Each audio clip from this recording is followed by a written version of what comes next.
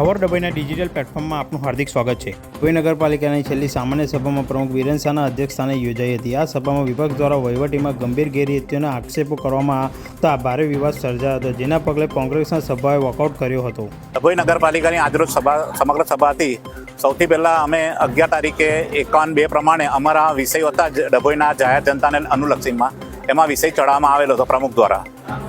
પછી પહેલી મિટિંગ મુલતવી રાખી, પછી બીજી બોલાવી તો બીજી મુલતવી રાખી, ત્રીજી બોલાવી ત્રીજીમાં બી મુલતવી રાખી, અને ચોથી મિટિંગમાં અમારા બધા વિષયો કાઢી નાખ્યા। ખરેખર નિયમ મુજબ 51(3)11 મુજબ કોઈપણ સમગ્ર સભા મુલતવી રહેલી હોય તો એ સમગ્ર સભા મુલતવી રહેલા વિષયો જ ચર્ચા થાય, બીજો નવા કાઢી મૂકી ના શકે અને જૂના કાઢી ના શકે। એટલે મુલતવી રહેલી મિટિંગ જે છે એ નિયમ મુજબ મુલતવી રહેલી મિટિંગ એ કોઈ પણ હોય, સહકારી ક્ષેત્રની હોય કે ચાહે મંડળીની હોય, ચાહે નગરપાલિકાની હોય, ચાહે કોઈ પણ સંસ્થાની હોય, મિટિંગ મુલતવી રહેલી હોય તે મિટિંગ મુલતવી સિવાયના બીજા વિષયો ચર્ચામાં લેવાય નહીં।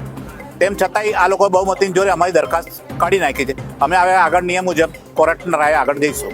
અમે વિરોધ કરીને વોકઆઉટ, મિટિંગ જ્યારે ઇલીગલ છે તેનું કોઈ આગળ ચલાવવાનું રહેતું જ નથી। એનું કારણ 51(11) મુજબ કોઈ પણ મિટિંગ મુલતવી રહેલી હોય એ મિટિંગમાં મુલતવી રહેલા વિષયનો જ ચર્ચા થાય, નવા કોઈ વિષય લઈ નહીં શકતા અને જૂના કોઈ કાઢી નહીં શકતા।